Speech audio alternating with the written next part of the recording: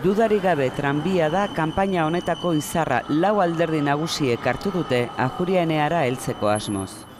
Tranbia mugitu egiten da hiri guztian eta gainera dana estali leike eta orduen horregaitik askoz politagoa eta inpakto handiagoa lortzen duzu zure publikoetan.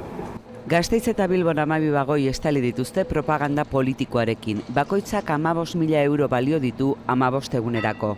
Telefono kabinak dira euskarri erabilienak eta markesinak. Hirian, kalean egotea garrantzitsua da hauteskunde kanpainan.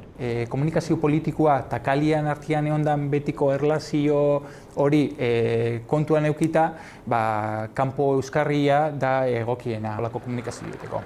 Alderdientzat garrantzitsua eta baita erakunde publikoentzat ere diru sarrera delako. Ikusten da zelan autobusetan, hiri batzuetan oinarte ez dabe onartu publizitate elektorala eta urton krisia dela eta zabaldu egin dabe eskua eta azkenean udaletxeak behar dabena da dirua lortu euren kontuak hobeto jartzeko.